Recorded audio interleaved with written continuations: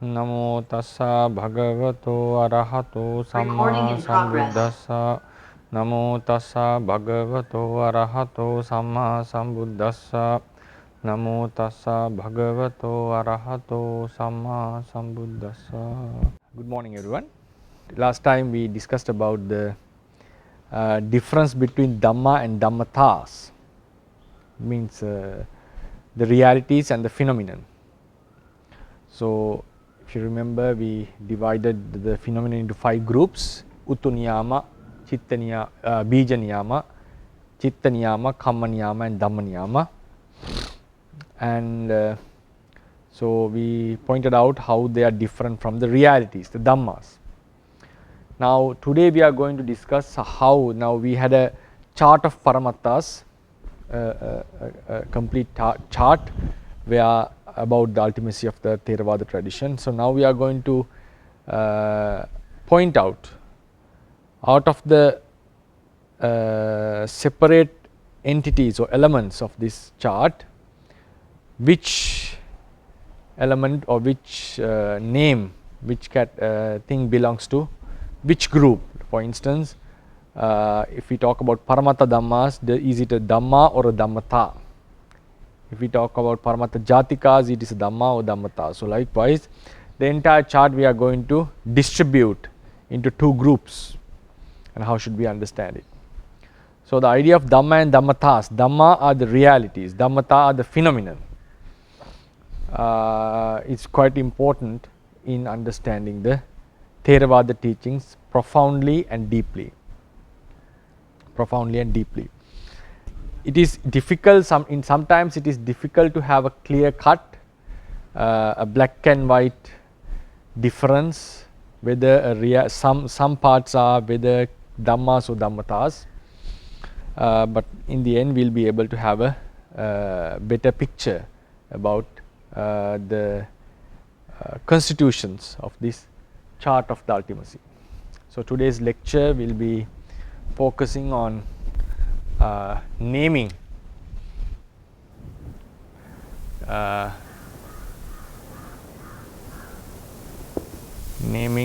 the constitutes of the chart of ultimacy into either as Dhamma or Damatha. Constitutes, right. So, Dhamma or Damatha, components we can say. So, now we have the chart of ultimacy. We wrote it in Pali actually so far. Paramattha is divided into 2 groups: Asankata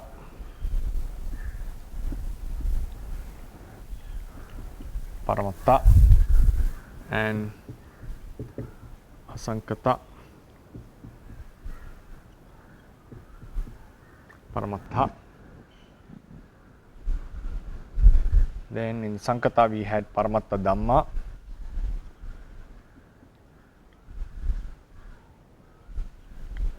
then Paramatta Jatika,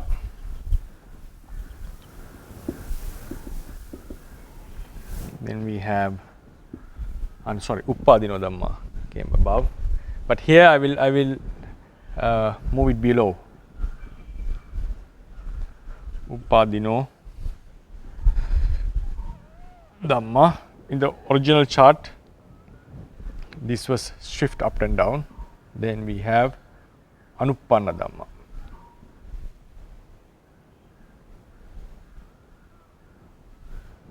Then Asankata Paramatta group, we had 5 types of nirvana: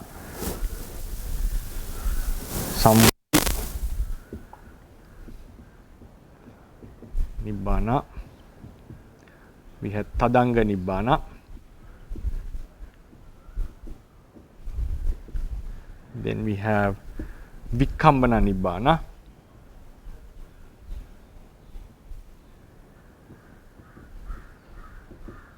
then Samuccheda Nibbana,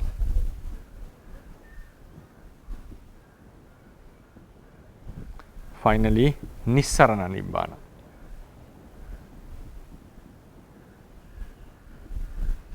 Nissarana Nibbana. Then we had something in between as well. Corner we had Panyati. We divide it into Atta Panyati, then Nam Panyati. Within Nama Panyati there is a special one called Saddha Sabhava Panyati.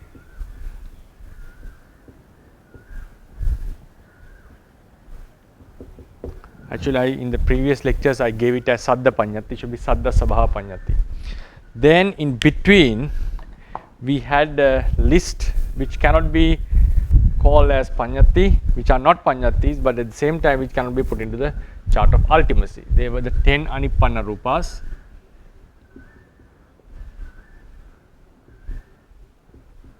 Then we have 3 universal characteristics, Tilakkana. Then we had Ekaccha Pacce Satti.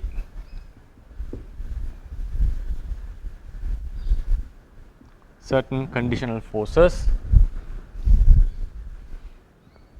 Then we had something called Gati, Bhava and so forth. Finally, we had Ajatakasa. Kala, the time, was Panyati actually, according to Theravada tradition. So this was the chart of ultimacy as we drew. Then we also had something above called Dhamma and Damatha. The difference between Dhamma and Damatha. Damatha was fivefold, if you remember. It was Uttuniyama. Then we had Bija, Niyama, and 5. Kamma Niyama, Chitta Niyama, and Dhamma Niyama. Right? All 5. So now what we are going to do is, we are not going to focus on these 5. That's why I didn't write it. So there are 5 Dhammatas, 5 types of Dhammatas. Dhammata are phenomenon, Dhamma are reality. So now we are going to understand in this chart which elements or which names belong to Dhammas and which names belong to Dhammatha. Right?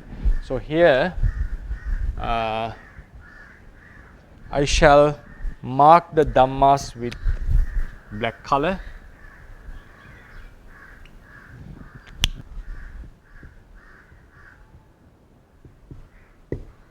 Dhamma and Dhammatha with green color. So then we can have a better understanding about what these realities or what these components of the chart are.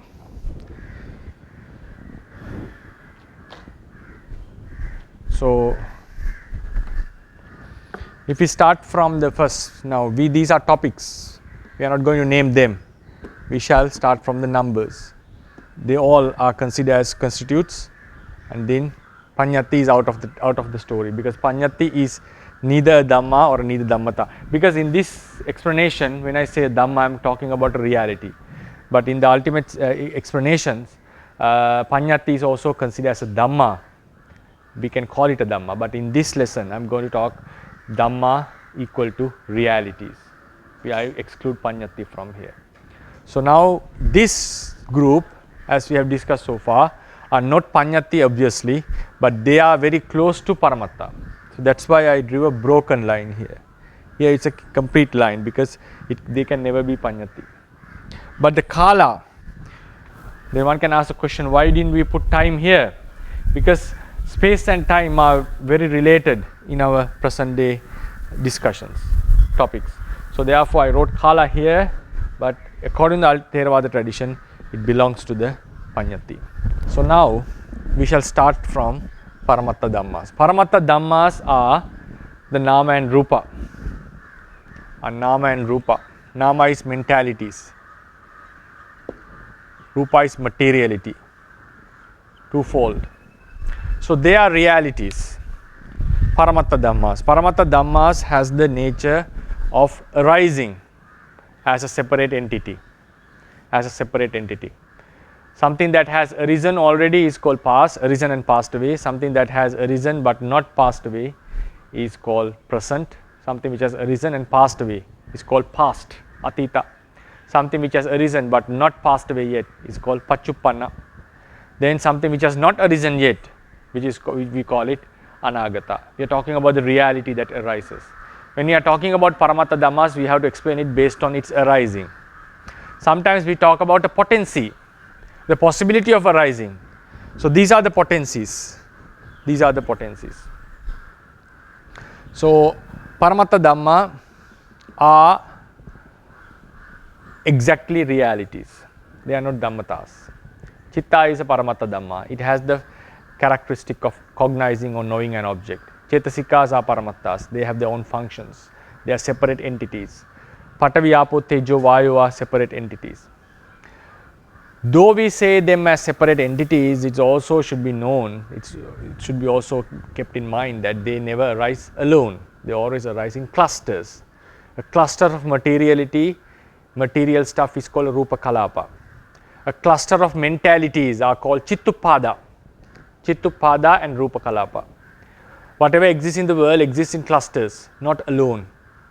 But even within a cluster, a single reality has its own independent existence. It means it is a separate entity, though they are connected with each other, inseparably connected. Practically they are inseparable. But still, in terms of functioning, in terms of their characteristics, they have their own identity. Therefore, they are separate entities, we call.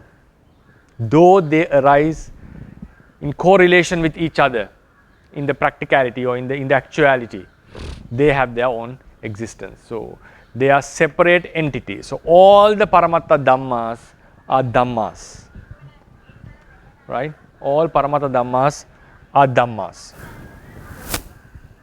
All Paramatta Dhammas are Dhammas. D. Dhamma. Then we come into Paramatta Jatikas. Paramatta Jatikas were the potencies that we are talking about.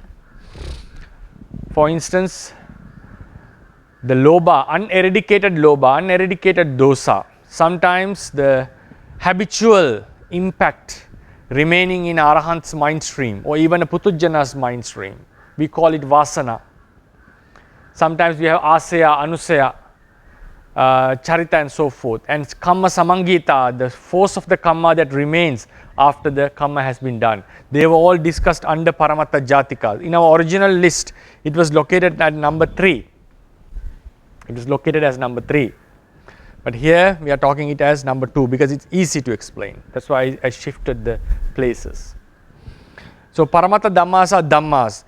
Now out of some Paramatta Dhammas, certain mentalities remain, their potency remain within our mind stream, the potency.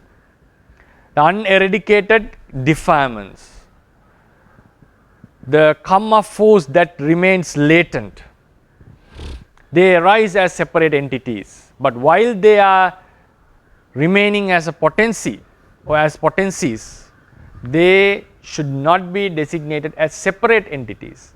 But still, they can be abandoned. They can be affected by certain means. So therefore, these latent tendencies tend to be or manifest characteristics of realities rather than Dhammatas. So they are very close to Dhammas. They are very close to Dhammas. They can be said as a certain state of Dhamma, stage of Dhamma. They are a certain stage of Dhamma. So they are Dhammas. They are Dhammas. But at the same time, sometimes within the literature, we talk it as a potency, a possibility of defilements. Possibility of defilements. They can be abandoned, so they are obviously Dhammas. But sometimes we call them, they arise as, the latent defilements arise as separate entities. And they follow our mind stream like a potency, like a possibility. So therefore, within the literature, we have an explanation on them based on Damatha as well. Damatha, DHTA, Damatha. So we cannot rule out the idea that they are not Dhammatas. Why is that? Because they have been explained so far, like so. So therefore, Paramatta Jatikas manifest characteristics closer to, or they are obviously Dhammas, there is no doubt about that. But they manifest characteristics close to Dhammatas as well. Because why they are Dhammas? Because they can be abandoned on the spot while we attain the higher paths. Some of the kammas can be suppressed by some means. Kamma cannot be eradicated actually. Only defilements can be eradicated. Kammas can be suppressed.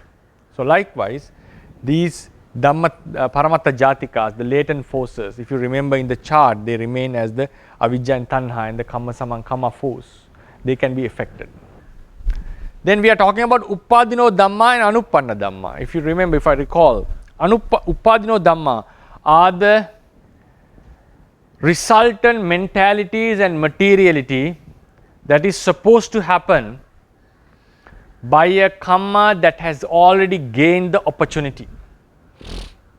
Kamma cannot just give results out of nothing, or it cannot give results, just remain latent. It has to gain the opportunity to give results. So after a kamma has gained the opportunity, before it gives results, before it ripens as a result, in between these two stages, the ripening and the opportunity, gaining the opportunity, this resultant mentality and materiality that is supposed to arise, that is about to arise, is called Uppadino Dhamma. We are not talking about the reality, we are talking about the possibility or a potency that they are going to happen. So it's very closer, they are very closer to Dhammatas. They are very closer to Dhammatas because we are not talking about the potency here. We are talking about the reality that is going to happen. So it's much closer to Dhammatas. They are much closer to Dhammatas. So therefore, some teachers call them as Dhammatas directly. Now think about the Anuppanna Dhammas. As long as the defilements are uneradicated, as long as the kamma is not being fully abandoned, lot of suffering is about to happen. We are bound with lot of suffering. That suffering we are bound with is a certain phenomenon from which we are not being freed. So therefore, Anuppanna Dhamma, the suffering that is going to happen, is also very close to Dhammatas because they are potencies, possibilities. But at the same time, Uppadino Dhamma and Anuppanna Dhammas, for instance, if you talk about Anuppanna Dhamma is the suffering that is going to happen if the causes prevail. We are not talking about the causes. Paramatta Jatikas are rather causes or the realities, the potencies that are within us. We are talking, in these two cases, we are talking about there is a potency, there are some kind of results of potencies. So those results are not found now actually. What is found is the cause. Paramatta Jatika are the cause, to the side. I am not going to talk them as causes exactly. They are to the causal side, not to the effect side. So that's why Buddha mentioned that we have to eradicate the defilements. When the defilements are eradicated, the suffering will be removed. The kamma force is there. Because of kamma force, there is going to be a result. So these two are in the can be said as secondary effects of certain causes. So that's why Paramatta Jatikas are closer to Dhammas rather than Dhammatas.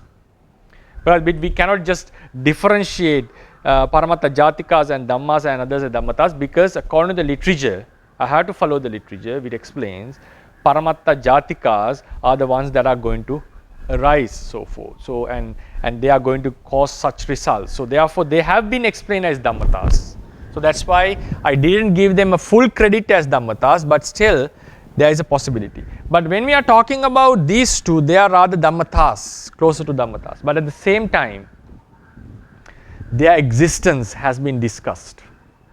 we cannot completely rule out the suffering that is going to happen, or the resultant consciousness and the materiality that is going to happen is completely not a Dhamma. For instance, this is if we draw a diagram on this, right? If you remember, so this is the chart of realities. Then we had some Paramatta Jatikas like Avijja, Tanha, Kamma, and so forth. Then when they gain the opportunity, when Kamma is gaining the opportunity, right, there are going to happen some resultant consciousness. So these resultant, after the opportunity has been gained, their possibility at this moment, their possibility was called Upadino Dhamma, not them, their possibility. And as long as these realities remain, there is going to be a lot of suffering in future, right? So this suffering is also remains as a possibility or potency. We are not talking about these. These are Anagata Dhammas. We are talking about the possibilities here. But still, as they are, this possibility is what is going to happen. There is a sort of a Dhamma nature within them. Why we call them? We are not freed from this suffering. That's how we call it. Even at this location, if this is the place we are living at the moment, this is the place. Even at this place, we are not freed from this suffering. There is a possibility. It's going to happen. It's a law. But we can say we are not freed from this suffering as a possibility. So therefore, these Upadino Dhamma, Anupanna Dhamma also manifest Dhamma attributes.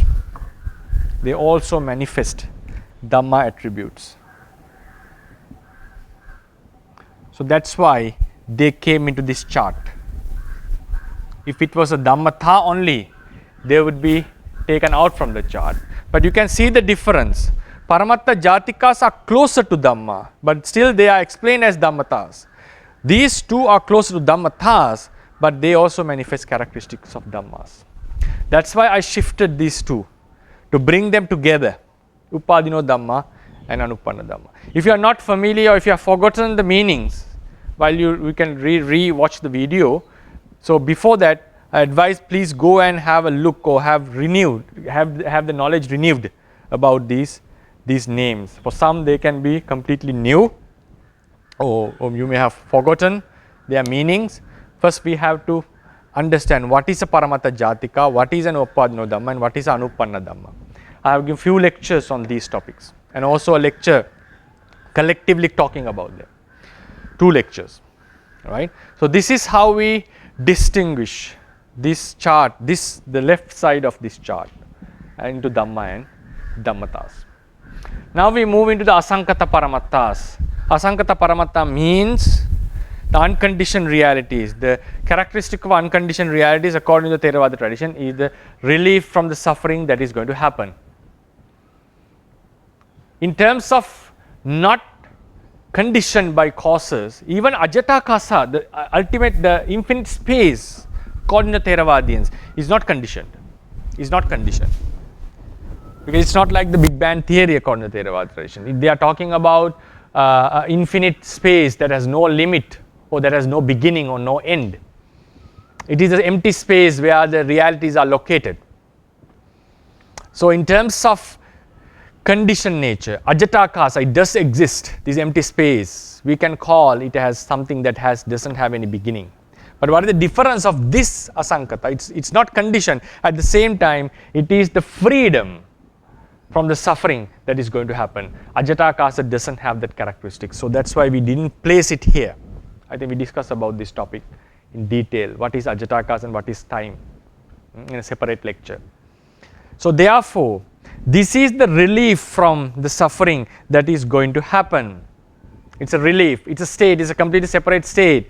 It may be felt as a Dhammatha to some when you are talking about the relief from the suffering. But according to the Buddha's teachings, he has emphasized on this matter that it is a Dhamma. It is a Dhamma. So therefore, we categorize all of them, all these 5, whatever unconditioned state related to nirvana are Dhammas.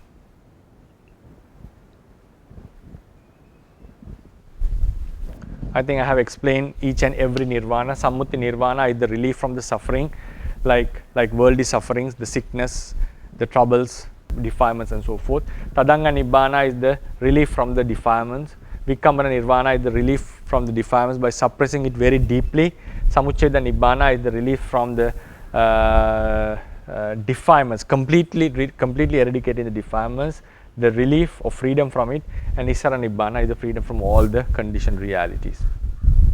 They are all Dhammas. Now, then we go into the in-between chart. In-between chart.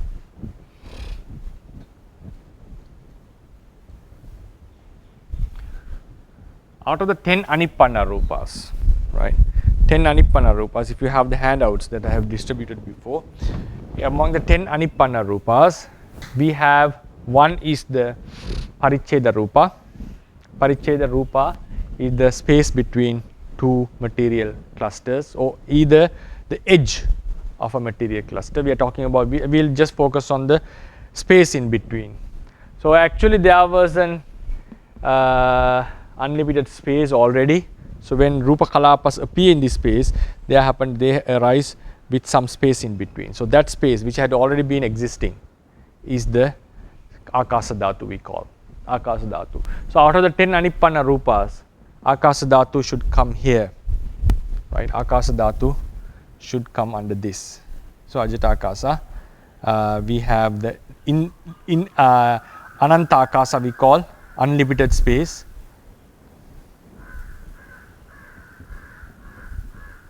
Ananta Akasa, I think it's too small to be observed, I think. So I'll erase this kala first. Ananta Akasa is the unlimited space.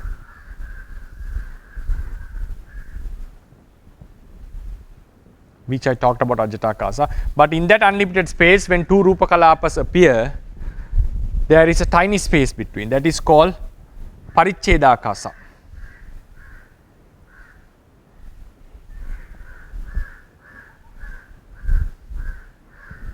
Paricheda Akasa, the gap between two Rupa Kalapas.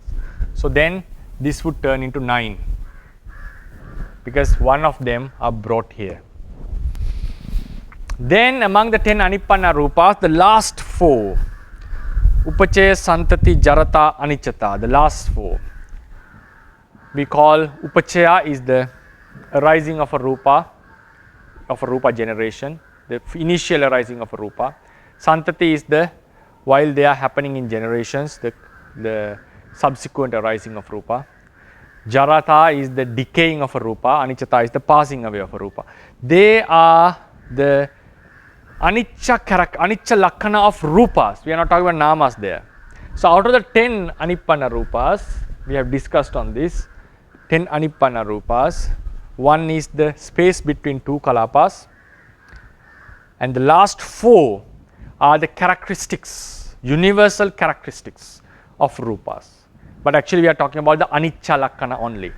So they were called 4 Lakkana Rupas. 4 Lakkana Rupas. These Lakkana Rupas fall under Tilakkana. But it doesn't mean that all Tilakkana is Lakkana Rupas. Tilakkana is Anicca Lakkana, Dukkha Lakkana and Anatta Lakkana. Among them, we have the 4 Lakkana Rupas as well.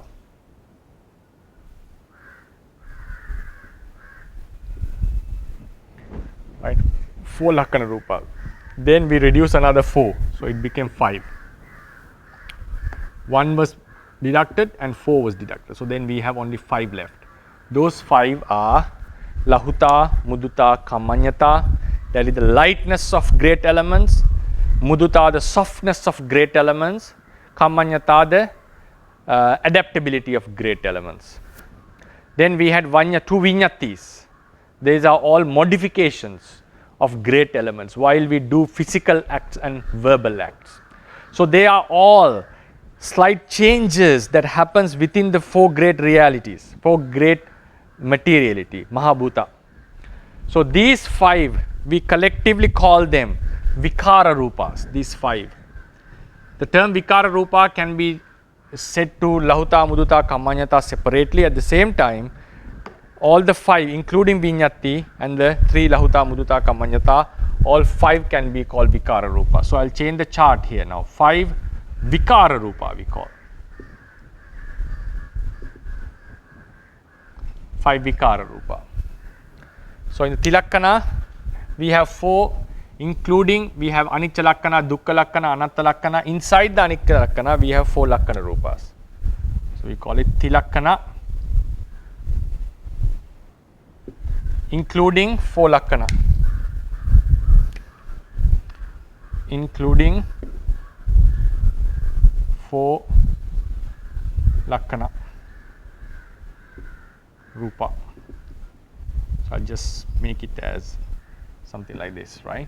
But it doesn't say, here Ajatakasa means the infinite phase and the space between two kalapas. Here, so it completely covers the entire thing.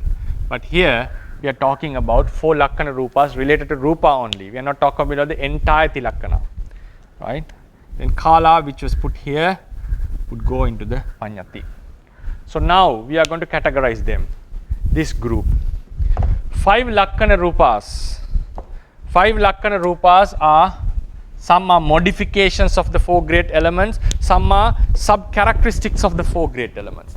The lightness of the four great elements, the softness of the four great elements, the adaptability of the four great elements, a modification of four great elements while we talk and work. So they are we can call them sub-characteristics like of four great elements. Four great elements fall here, Paramatta Dhammas. Patavi, Apo, Tejo, Vayu are Paramatta Dhammas. So they are sub-characteristics of Dhammas. So we cannot call them exact Dhammas because Dhamma has a specific reality. As a reality, it has a specific definition. So we have to call them, they are in the Dhammas, but not completely a Dhamma, right? So they are partially Dhammas. They are partially Dhammas. So, for example, they are partially. It means they cannot be called Dhammatha, right? They are close to Dhammas. They are parts of Dhammas, not exactly Dhammas. They are sub-characteristics of Dhammas. But they should not be misunderstood with the secondary characteristics. Like for example, Lobha has the main characteristic of getting attached. At the same time, it has a sub-characteristic of following the mind stream or bounding the beings to the samsara. We can call them secondary characteristics. But here we are talking, it's the hardness is there and it becomes, there is a certain modification within the hardness, so it becomes quite softer or it becomes quite lighter and so forth. It's some kind of a effect happen to the four great elements. Then Lakkana, Tilakkana, we talked about this in a complete lecture. Tilakkana are the three universal characteristics. They are phenomenon. They are phenomenon. Reality has a certain body, is an entity, it has an independent existence. The nature of a reality to arise and pass away, the nature of a reality to depend on others, the nature of reality in bringing suffering, these are called Tilakkana. So Tilakkanas are related to the realities. At the same time, we call the realities undergo this phenomenon. We can explain it various ways. Tilakkana are related to the realities, realities have these characteristics. At the same time, there is a phenomenon called Anicca, Dukkha, Anatta Lakkanas, where the realities undergo. These realities are not affected by Anicca and Dukkha. It has the characteristic of Anatta, a partial Anatta, but these realities are completely undergoes this Anicca, Dukkha, Anatta. So Tilakkana is not a reality, is a phenomenon. Including the four Lakkanas, they are phenomenon. So they are Dhammatha. They are Damatha. They are Damatha. Then we come into Ekaccha Pacce Sati. Sorry. Ekaccha Pacce Sati. Certain conditional forces. I think we discussed here 3 types of conditional forces. The conditional Anantara Pacce Sati, the momentum left behind by the previous mind moment, previous consciousness or previous cluster of mentalities. The momentum which remains, which causes the arising of another mental cluster. So that momentum is connected to the Dhammas, the mentalities. They are closer, they are connected to the Dhammas. But at the same time, they support the arising of another mental cluster. Right? They are closer to Dhammas. Because likewise, now these were the sub-characteristics of Dhammas. Likewise, these are the Paccaya forces, the abilities of Dhammas. They are abilities of Dhammas. So they are also closer to realities. But we cannot equalize them with Dhammas. They are certain abilities within the Dhamma, related to Dhamma. And those certain attributes, these Paccaya forces, the few Paccaya forces that we discuss, remain even can exist even after the Dhamma has passed away. So therefore, they are closer to Dhamma, but they are not the Dhamma. The ability of the mental cluster is a Dhamma. The momentum which remains from this mental cluster, the momentum of this cluster, momentum like force we call it, momentum like force which remains is not a Dhamma, but it is an attribute of the Dhamma. So they are very close to the Dhammas, like the Lakkana Rupas, Vikara Rupas, like the Vikara Rupas. Right? Like the Vikara Rupas.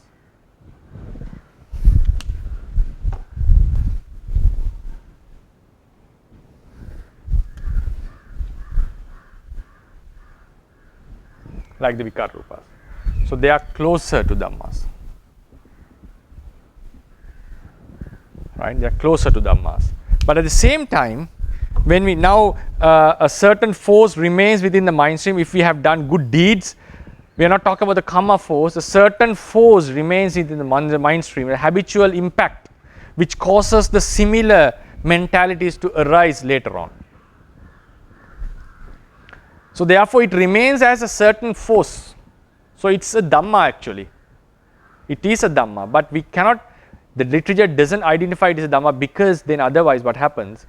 The Paccaya force is a different reality, the Paccaya is a different reality, the force and the reality. So what we call it, we connect it to this reality, and we call it it is one kind of attribute of the reality, something which is related to the reality, but not the reality itself. So that's why we make it closer to the Dhammas. In the same way,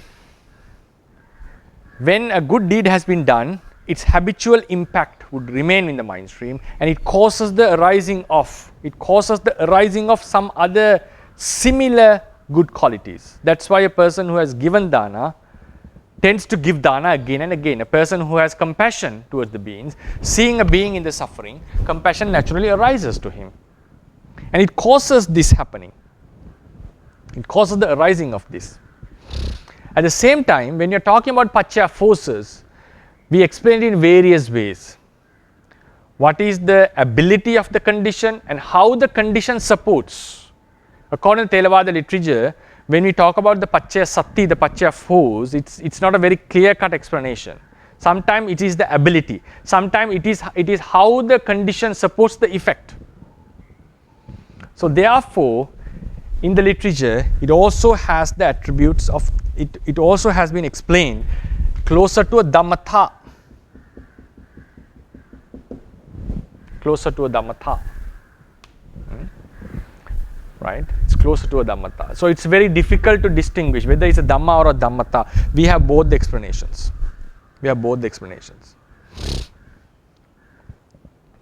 Right? So you can see here they are actually closer, much closer to Dhammatas. But they also manifest Dhamma attributes. Here it's very difficult to explain, though they have been explained in both the ways. Gati. We were talking about a state which determines certain peculiar characteristics of beings who are born in specific realms. Every human who is born as a human share certain common attributes. Animals share common attributes. Devas in specific realms share common attributes. The Devas in Tusita realm are called happier over other beings, other Devas. And Devas in the Nimmana Rati can create the figures that they like while enjoying sensual pleasures. So they all possess this ability just because they are born there. So what did it determine? What did it suggested us? We could postulate that there is a certain state due to which beings possess certain mental and physical attributes and capacities. I think we did a complete lecture on this. So, and we also mention it as a certain state, an ultimate state. At the same time, we also discussed about it. It can be explained as a phenomenon, by which, due to which the beings possess these attributes, mental and physical attributes and capacities. So it can be explained in both the ways. It can be explained either as a Dhamma or a Damatha.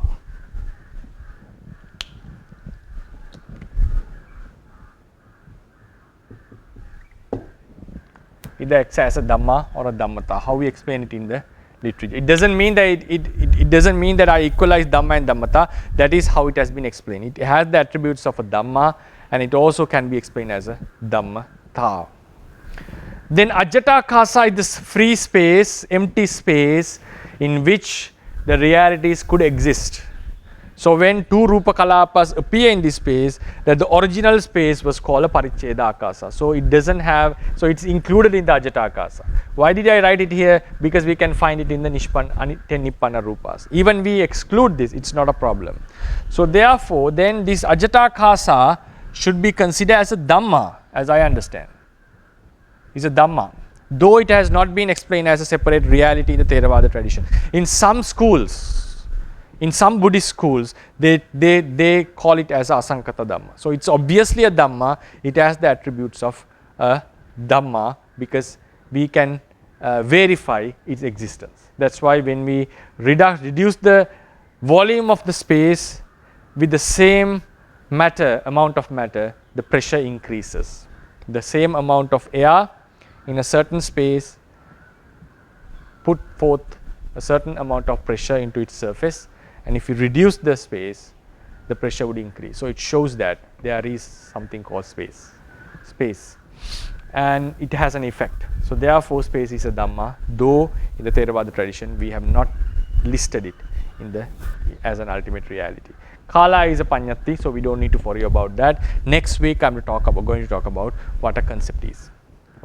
So this is how I personally distribute the idea of Dhamma and Damatha in this chart of ultimacy. So we can see. So that's why in today's,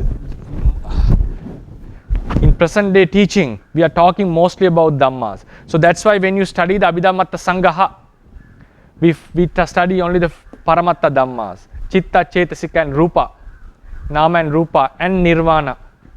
That's what we study because they are pure Dhammas.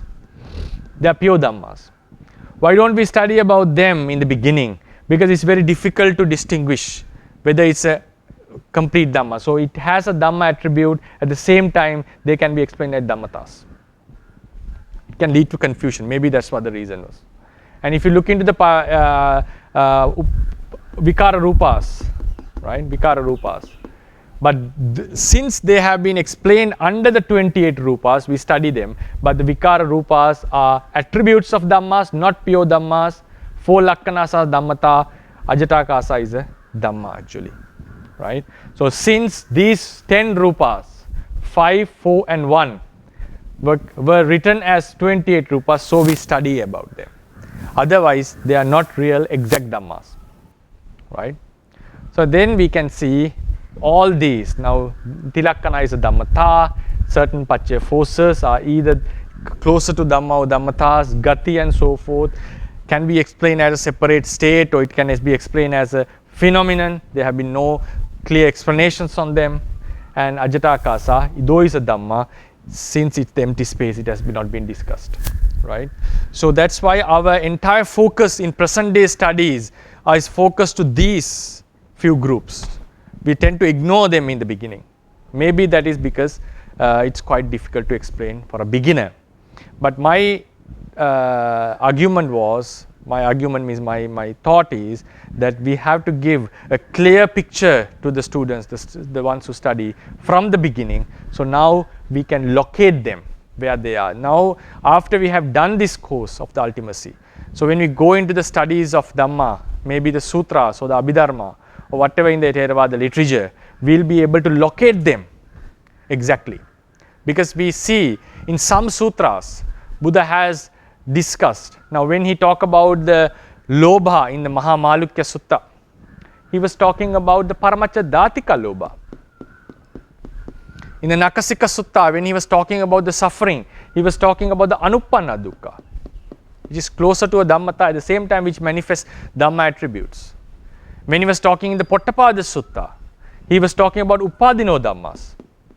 In most of the suttas, he is talking about the Paramatta Dhammas.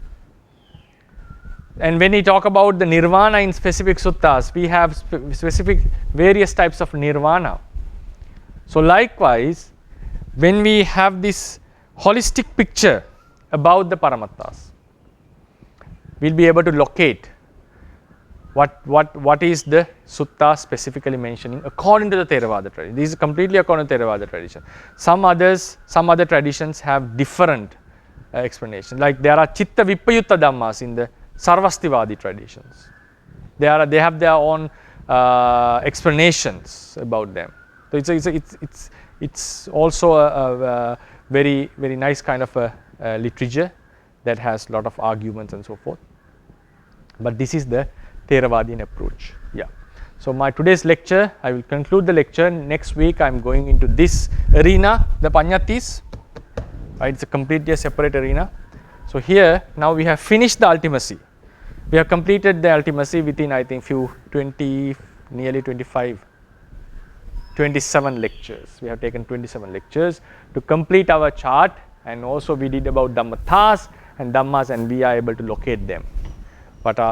Which part belongs to Dhamma and which part belongs to Dhammata. And there was a slight change in this group.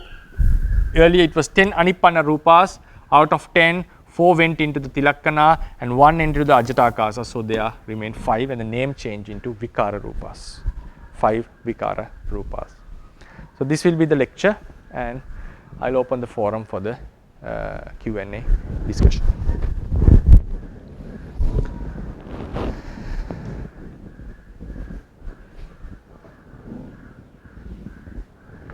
So hello everyone, if you have any question, you can raise your hand or you can put the question in the chat box and we can read it out for you. I think there was a question at the end, right? Last week, was it? Yes, but that person said that they would like to ask that question if the opportunity is given. Okay. Given later on. Okay, so they are going to ask by themselves. Right. So we'll take the questions related to this topic first, and at the end we'll give him a chance there. Okay. Right. Thank you. Okay. I have a question. It's not quite a question, but it's just that. So how should we define the word Dhammata exactly? Because so after this lecture, I'm not quite sure I understand what the Dhammata means. Is it a law or is it the possibility? Because when you say that the Upadino Dhamma is,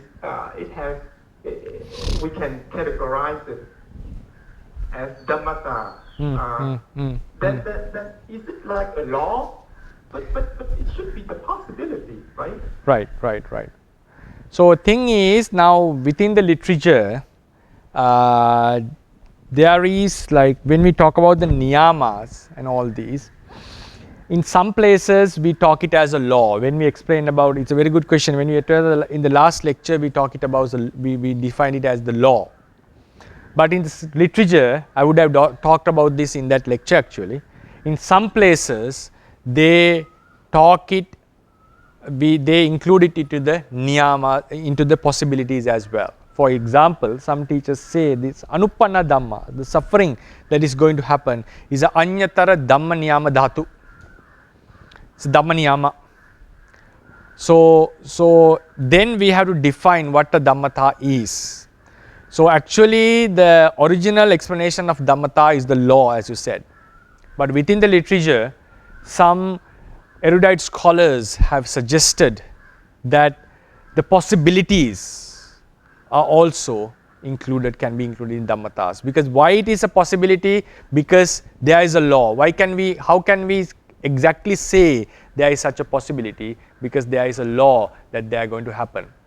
So therefore, it's not when we say a possibility, it's not exactly a Dhammatha, I would call. It's not exactly a Dhammatha, but it has been explained as a Dhammatha within the literature.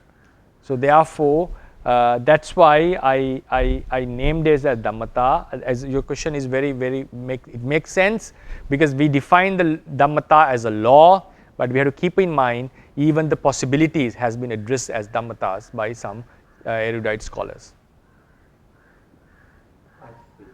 So when we say Dhammatha, it's not only law, mainly it's the law, even the possibilities has been explained like that. I think my personal understanding is why they call it a Dhammatha. A possibility, how can we predict about a possibility? Because there is a law. So it's closer to a law. So sometimes they call it the anupanna suffering is a anyatara dhamma niyama dhatu, they call it. But it also has the attributes of Dhamma. So it's very difficult to exactly clear cut say which and which is this. So even if you draw it in a broken light, the Upadino Dhamma and Anupanna Dhamma, the green color, still it makes sense. It makes sense. Rather than saying it a Dhammatha actually. Thank you, Patrick. Right.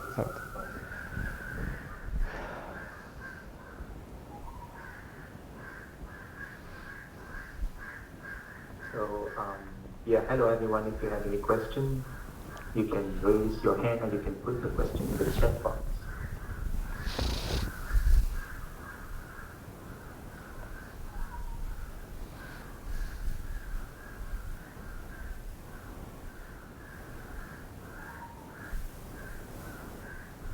So the other question I have is that in the previous lecture we mentioned the 5 Dhammatas. Yeah. Right. So in this charts right here you give, then whatever item that we put in the Dhammata, then it looks like all of them except the karma in the Paramatta Jatikas. The rest should be put in the Dhammaniyama, right, Bhante? Yes, exactly. Upadino Dhamma also closer to Kamma Niyama, right? Right, yes. Anupanna Dhammas, yeah, they're Dhamma Niyamas, exactly. Remaining are Dhamma Niyamas. But actually, here we should have Uttu Niyama.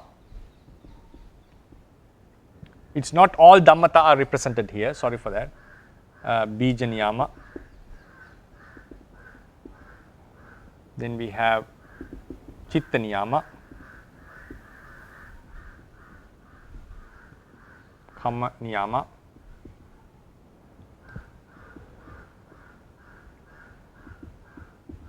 Dhamma Niyama. sorry. That also should be explained because not all Uttu Niyama has been explained here. Sorry. Right. Thank you, Bhante. Yeah, thank you for your question. Please go ahead, Sunali Pumya. Good morning, Bhante. Good morning, Sally. This question is related to last lecture. Okay. So you also mentioned about the yoni niyama. So that yoni niyama is what we say the 4 kinds of yoni. Yes, 4 kinds of yoni, at the same time 5 types of gati, whatever. we can include. Gati niyama, yoni niyama, we can call any name. So they were talking to the only, 4 types of yoni, yeah. Yeah. I see, okay. Births, 4 types of birth, modes of birth, yeah. Okay. So another question is come from one Chinese participant. So when you said when we practice vipassana, you said if someone claims vipassana practice just focus on the present moment, that statement is not correct. So he said this explanation is like you see some CROs or some materials. They said when the practitioner reach to the Pajya Parikahanyana, so they are called the Juna Sodabana. So is it same like that one? Chula Sotapanna is like if you reach the Pacchaya Parigahanyana, if you read not the Pacchaya Parigahanyana, if you complete the Pacchaya Parigahanyana. If you complete the Pacchaya Parigahanyana, you come into the state of Kanka Vitarana Visuddhi. Kanka Vitarana Visuddhi and Pacchaya Parigahanyana are 2 things. You complete the Pacchaya Parigahanyana to attain the Kanka Vitarana Visuddhi. You do the Namarupa Paricheda Jnana, then you attain the Ditti Visuddhi. So, when he has completed the Pacchaya Parigahanyana and attained the Kanka Vitarana Visuddhi, then he is a Chula Sotapanna. Why is that he is a Chula Sotapanna? He is similar to a Sotapanna. A Sotapanna has completely eradicated Ditti and Vichikicha, wrong view and skeptical doubt.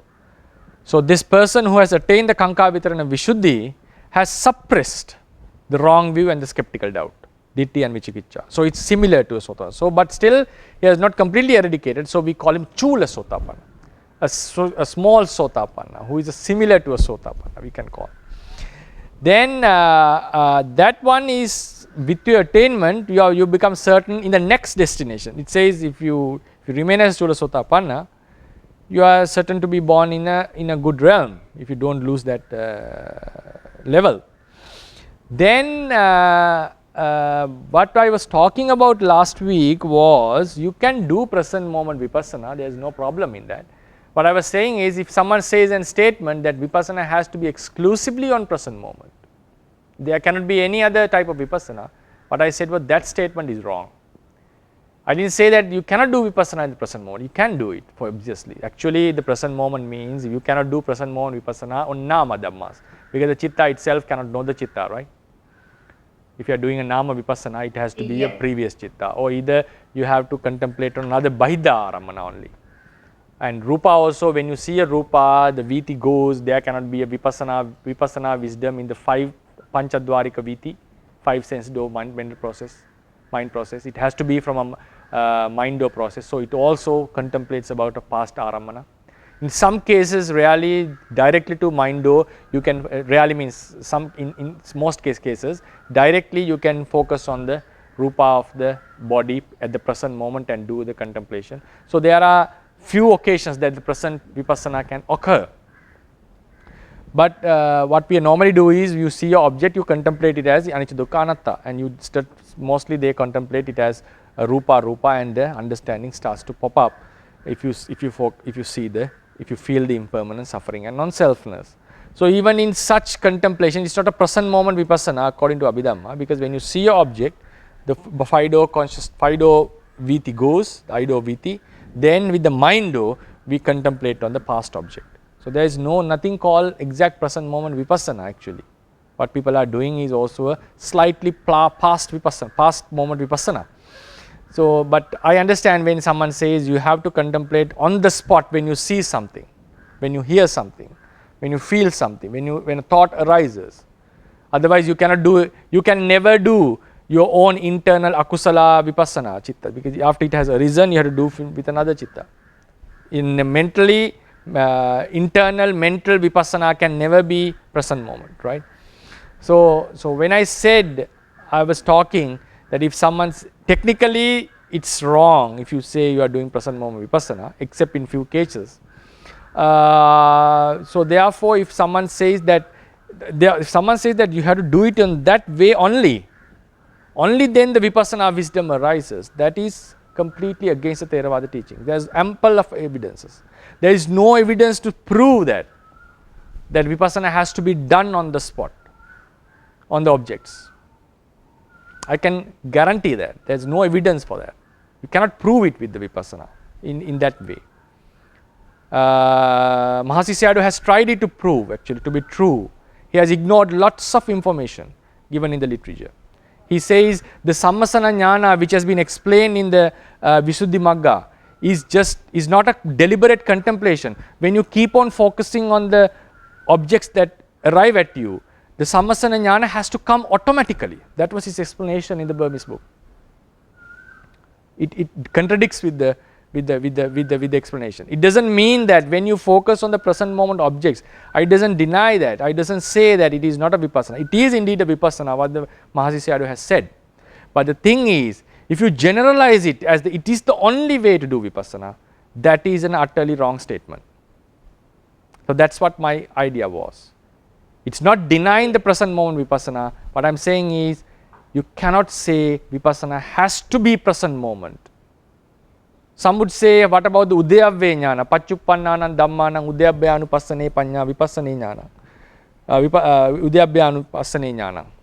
So this paccuppanna has to be explained, because if you go to sammasana jnana, we have atita anagata paccuppannanan dhammanam, sankipitva vavattane panya sammasane jnana, past, present, future. So first we have to define what is past, present, future according to sammasana jnana. Sammasana jnana says present is not the present moment that we are focusing on. First you have to define. Now even we focus on the breakfast, the Rama Rupa, while we had our breakfast today, when we are focusing on that, we have to classify it or define it as a present. Present means you take a certain object in sammasana that is a present object. Then whatever Nama Rupa which happened before eating is past, whatever Nama Rupa that happens after eating is future. According to that contemplation, if I focus on the eating and then think about this afterwards, even the present moment is a future object. So therefore, whenever we come to the vipassana explanations in the meditations, I'll clearly explain how the present, past and future has been explained in the Patisambhida Magga and also within the Theravada literature. So based on that, what I said was, what I say is, we cannot generalize and say that because of a technique that vipassana has to be exclusively present moment. No, it can be either present object or past object or a future object or even a phenomenal object. Phenomenal. What is a phenomenal object? If you go into Visuddhi Magga, we contemplate about this. The Nama Rupas of the 60s would not go into 70s. The Nama Rupas of 70s would not go into 80s. We have to do it even as a young yogi. That's how it has been instructed. So what happens is, we don't know whether it's not a future object actually. We don't know how long we are going to live even. Now the decades, the Nama Rupas of the 90s would not move into the hundreds or go into the next life. We don't know whether we live 100 years or not. So it's a phenomenal object. It's an idea of ultimate realities. So that's why I said in vipassana we can have either past object, present object or future object. It's a phenomenal object. So therefore, confining vipassana only to the present object, present moment, it's a distortion of the Theravada tradition. Theravada tradition is very clear about it. There is ample of evidences to show that there is no such a present moment. It has never been explained as a present moment vipassana. And if you go into the commentary of the Digha Nikaya, Samanyapala Sutra, one of the ancient Arahants recognized by the commentaries as an Arahant, Mahasiva Sayadaw, who had, the story says he had disciples, 30,000 disciples who became Arahants. And he was urged by one disciple to go and meditate. He was a very good scholar. And he became an Arahant at the age of 90. So his instructions were, when you are doing meditation while walking, you can either focus on your Rupa, Nama Rupa while walking and see the impermanent suffering and non-selfness, or either you do the walking with a Samatha Kammatthana and then stop at the edge of the Chankamana and do the contemplation about your walking. And how the Lady Sayadaw has explained in Paramatta Dipani. When you want to see the impermanent suffering and non-selfness of the four great elements, either you do it while walking or you imagine how you walk and then try to understand how it changes. So someone can ask, is vipassana is an imagination? Is vipassana is an imagination? Someone can ask a question. So that question, there is no way to say that that kind of a contemplation is not a vipassana, because if someone argues that is not a vipassana, then the question comes, on which base you can say that is not a vipassana? Because today most of the people have fabricated or brought the idea by themselves, listen to certain explanations, present day explanations, that vipassana has to be exclusively present, and it has to be, you have to see the reality as it is at the present moment. This is a complete addition to the teachings done by certain masters. So therefore, if someone raises a question, that question is not based on the literature, it's based on some Dhamma talks that we have listened. It's not based on the literature. Literature doesn't have any support to say that if you imagine about your rupa and contemplate, it's not vipassana. There's no such a basis for that. So then someone can ask, is it ultimate reality? Yes, it is the ultimate object. It's a phenomenal object. That is, all these happens after we have understood what the realities are. The key is the nama rupa paricheda. Nama rupa pariggaha is the key. We have to understand the characteristics of patavi, apo, tejo, vayo, mind and matter, mentalities, chitta, chetasikas. Then after we have understood it, when we contemplate on it, you can use the word thinking, it's no problem. But thinking means we understand what the hardness is, what the cohesion is, what the consciousness is, and then we start to consider how it arises and passes away. That's why I mentioned Buddha has never said, Buddha has said, go under a tree and contemplate. Rukka moola gatova, sunyagara gatova, itipati sanchikkati.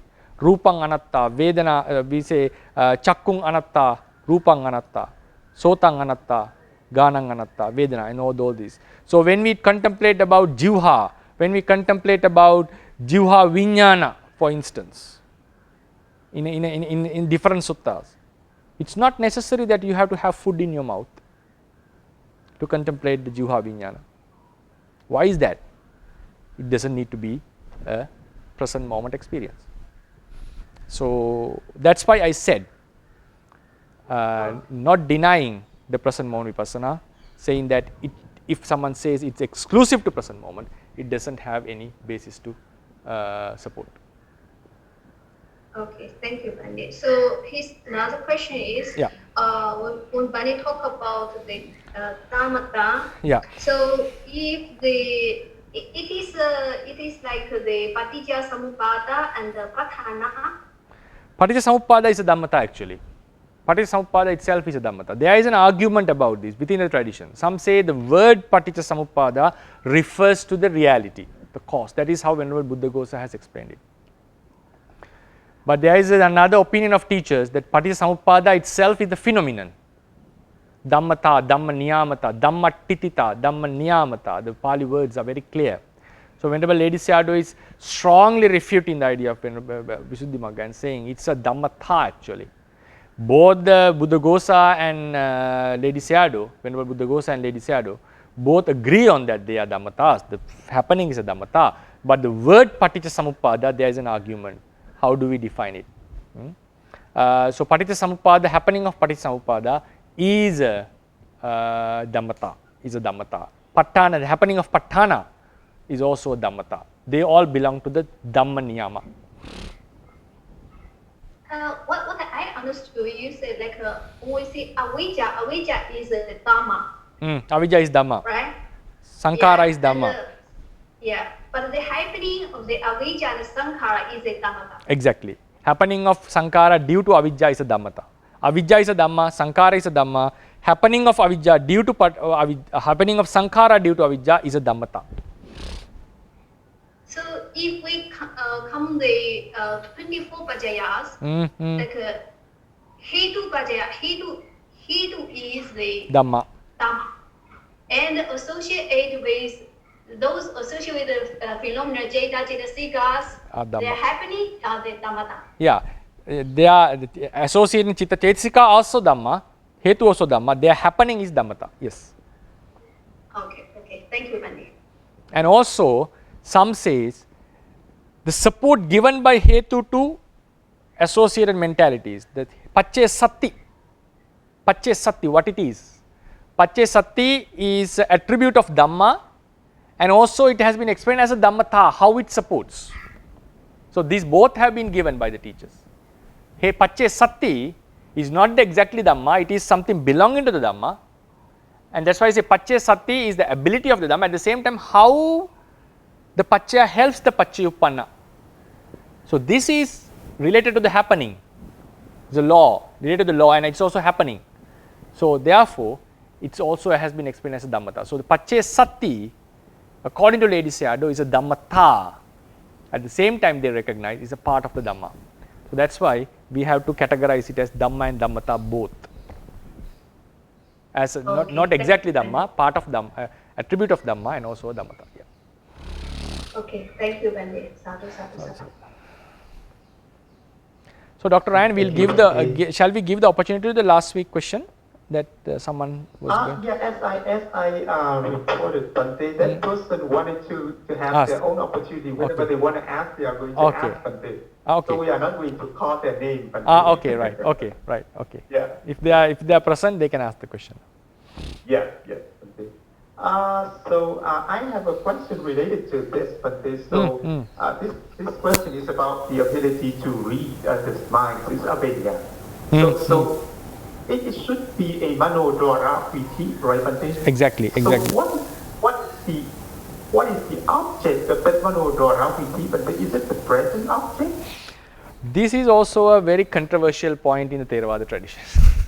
So thing is, now if it is the, now according to the traditional explanation, like what has been followed in the commentaries, what has been touched by the bhavanga, what has affected the bhavanga, has to be the object of the entire viti, right? So if any chitta is connected to bhavanga, we call apata gacchati.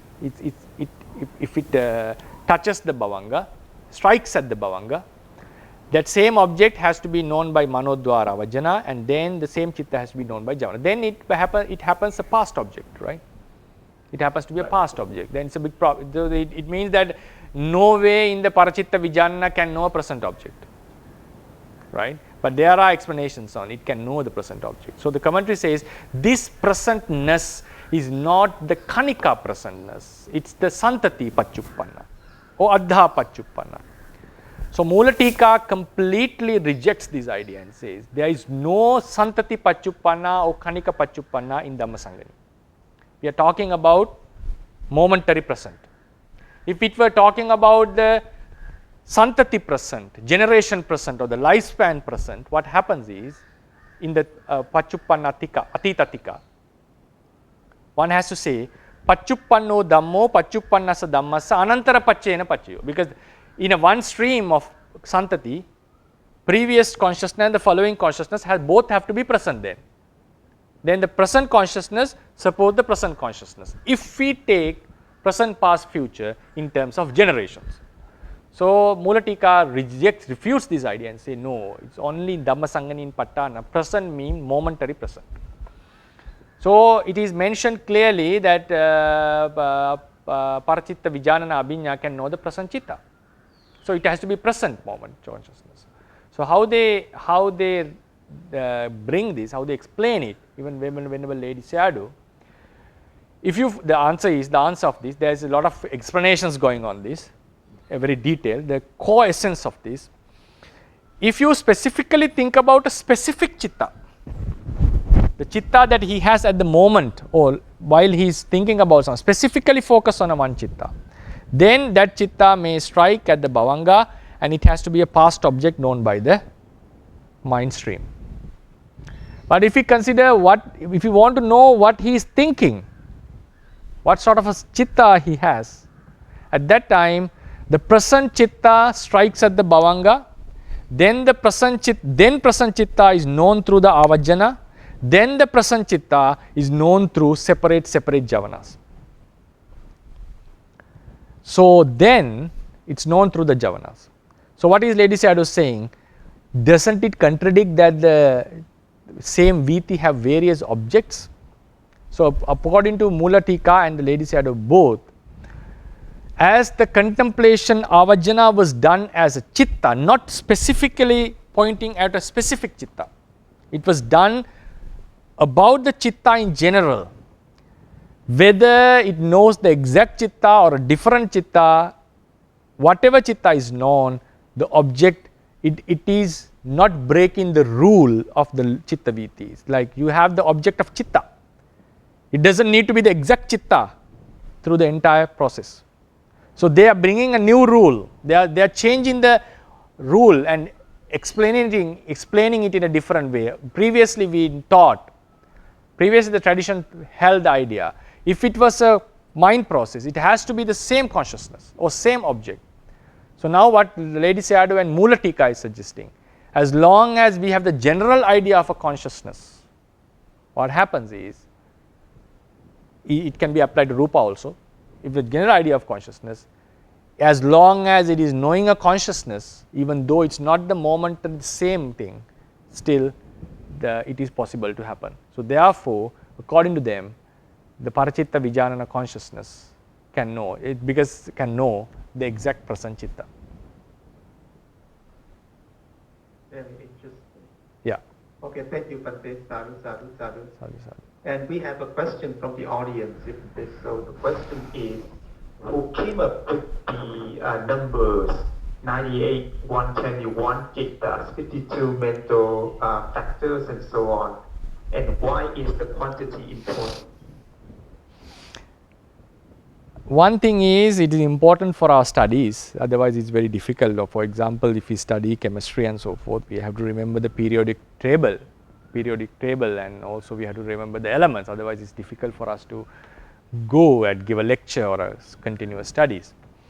And when did these numbers come? That is, I am unable to explain. According to the tradition, it came from the Buddha itself. According to some scholars, it was developed later.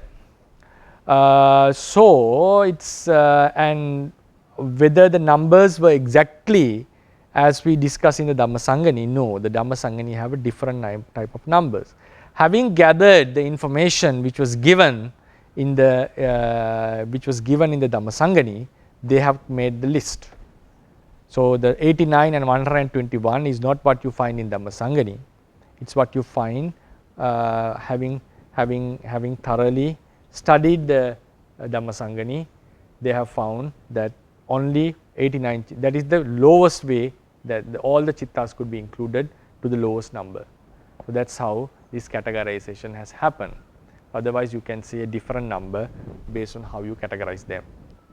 But it is very clear, the Buddha has clearly mentioned about the chittas, the mental factors, and because there are two types of scholars who ideally take the Abhidhamma, is traditional scholars who take Abhidhamma is coming from the Buddha himself. I'm not going to say my opinion, because it's my personal faith or opinion, it's my personal thing. So I'm just telling what the spectrum is. So traditionally, Theravadians believe that it was uttered by the Buddha and it came from the Buddha himself.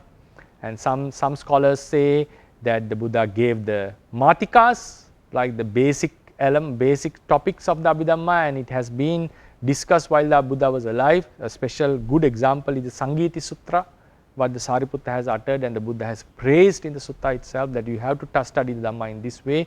So the topics were there and it was developed gradually. That is the idea of some scholars. Some says it came after the first council. It came after the first council. So that's why the Mahasangikas abandoned it. And some says it came after the second council and it was completed at the third council. So these are the opinions of different scholars. They have their grounds based on the language, based on the comparative studies of the sutras and the Abhidhammas, and also the comparative studies with other sects. So this is how the spectrum goes, whether this is these things come from the Buddha or not from him, whether it's come from him or not. Sorry. So then in this lecture, in this course, I have specifically mentioned that this is a course about the fundamentals of the Theravada. Theravada is a separate sect of the Buddhist spectrum. So, in the Buddhist spectrum, there are lots of sects sprung out from the Buddha's disciples. All were disciples of the Buddha. Those Theravadians believe that only the ones who explain the correct Dhamma is Theravadi, and then Sarvastivadians explain the Arahants were of their lineage. Then some explain that the Mahinsasakas explain that they sprung forth from the Venerable Purana, the Arahant. Some had a connection with Venerable Ananda, some claim.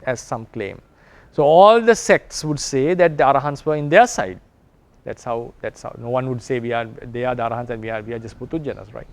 No one would say like that in a historical event.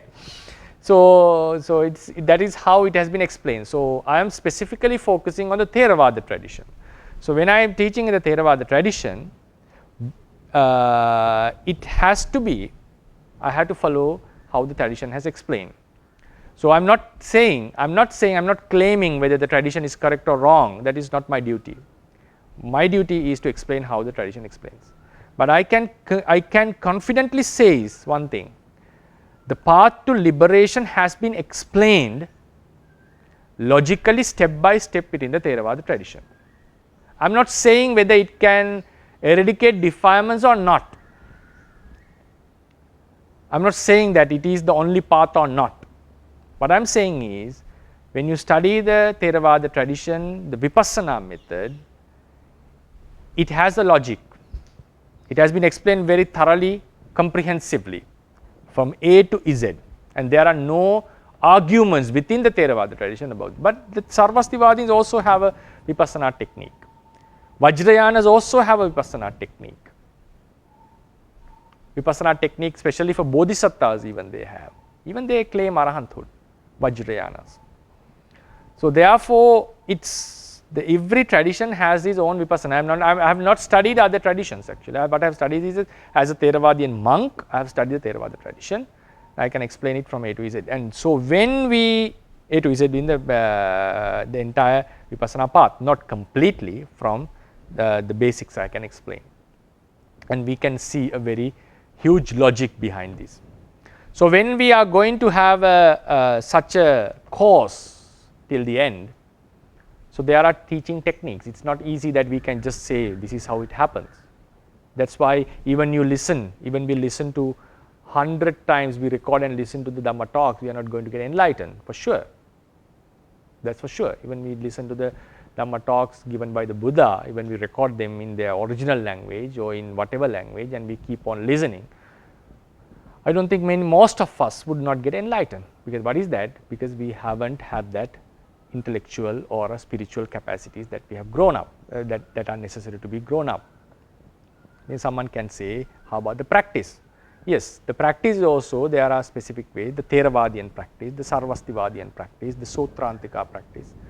So, I am talking about the Theravadian practice. So, the Theravadian practice has specific definitions, the ways of teaching, the ways of understanding, and this is how it has been taught for generations, and this is that it has been taught, practice for generations.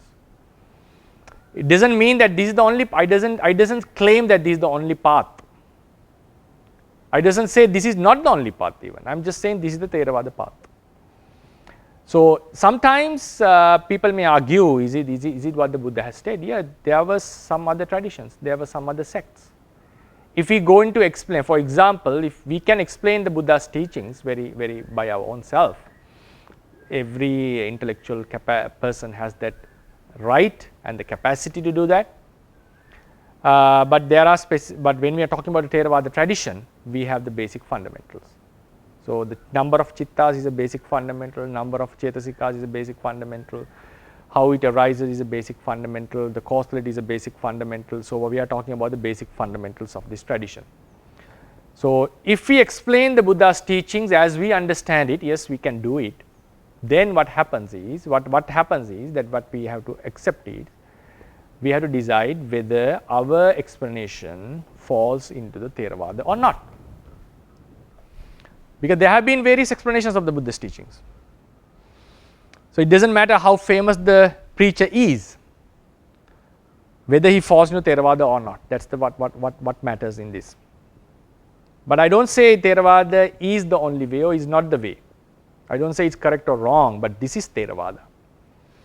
So, if we explain the Buddha's teachings in our own way without following the Theravada fundamentals, you are out of the Theravada. But it's still explanation of the Buddha's teachings, because there have been Sarvastivadins which explain the teachings apart from the Theravada. There have been Sautrantikas. There have been the Zen tradition which completely denies the completely means completely focuses on the practice. That is the Zen tradition, but it's not the Theravada tradition. So, thing is, sometimes the monks, there may be monks who are in the Theravada traditions, but explain breaking the fundamentals of Theravada. Their monkhood doesn't matter. Their monkhood lineage is Theravada, but what they preach have to be evaluated compared to the fundamentals of the Theravada.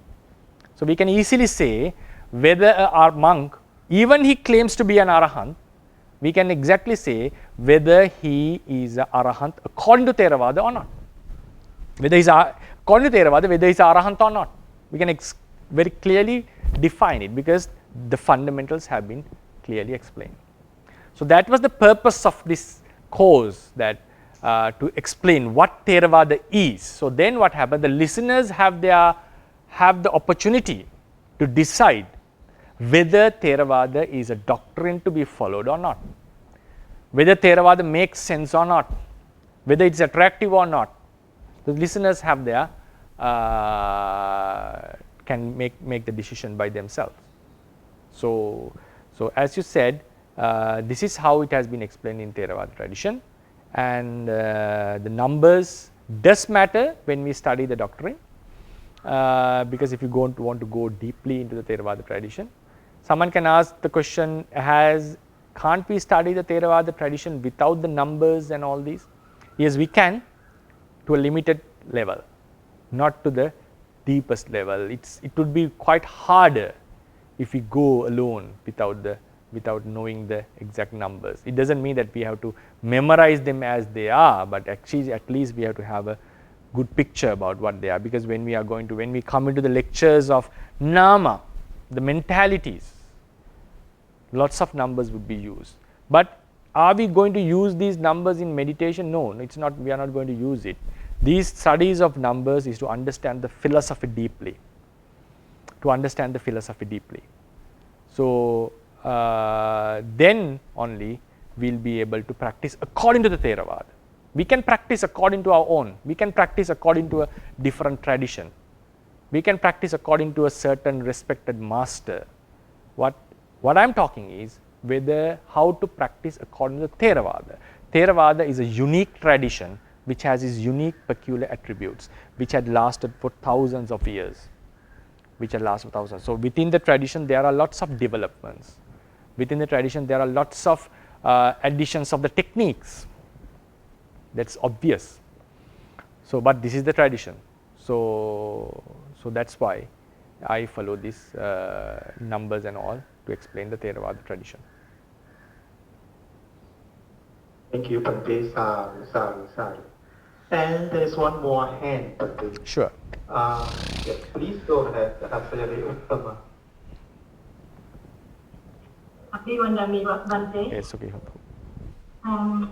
Thank you very much for giving us the panorama of this, like the chart that helps us to have there is bird's eye view and worm eye view. This is a very good overview for us to help us to understand the Sutanta and the Abhidhamma and the Vinaya and Pitaka. So this is very precious. So thank you so much. My question is regarding today's class. For Paramatta, we have the chart, the Paramatta. There are 4 kind of verification, the Parina, Pavana, Pahana, Satikarana. And also, also when you say Achatakasa is a Dhamma, because it can be verified, like when we decrease the volume, the pressure increase, something like that. That means it has an effect. So actually my questions are, the Damatha as a phenomenon also has an effect. So how can we differentiate? And also this kind of 4 picture for verification, to identify this is Paramata Dhamma or not. And there must be only one kind of teacher, or there must be all the four. That is my second question. Thank you. Second question, if you have one function, it's enough to call a Dhamma, even one function, right? And second thing is Dhammatas, the difference of the Dhamma and Dhammatas. Dhammatas can be verified, Dhammas can be verified. Dhammatas, it's difficult to point out what it is. It's difficult to point out what it is. Exactly say, this is it. That's the thing, it's always a mechanism going on. So, but Ajatakasa we can surely point out, this is it. So that's why the difference of Dhamma and Damatha, another difference of Dhamma and Damatha. Both can be verified. Both can be verified because Damatha can be verified. If avijja is there, Sankara has to arise. So it can be known with our wisdom. It can be verified. But it's difficult to point out what it is, exact one thing. Dhamma has to be a one thing to be pointed out. Dhamma is always have an identity of one thing, yeah, one entity. So that's why it has the intrinsic quality. Exactly, right? exactly, exactly. So that's why we have to learn, like we have to have Sitamayana to learn. Exactly. This intrinsic quality to differentiate between Nama and Rupa. And exactly. So this is one of the first steps for Vipassana. Right? Yes, exactly, exactly. That's why when we define the Dhammas, it has its own intrinsic quality. And when we come into the Vipassana method, whatever way we use in the Conditional Theravada tradition, we should differentiate. Now, should we differentiate all Chaitasikas from Chittas or all Chaitasikas from each other? Not necessarily. If you can do it, it's a very good thing to understand the impermanence, especially the non-selfness. But there is a must that you have to differentiate the intrinsic quality of Rupa from Nama.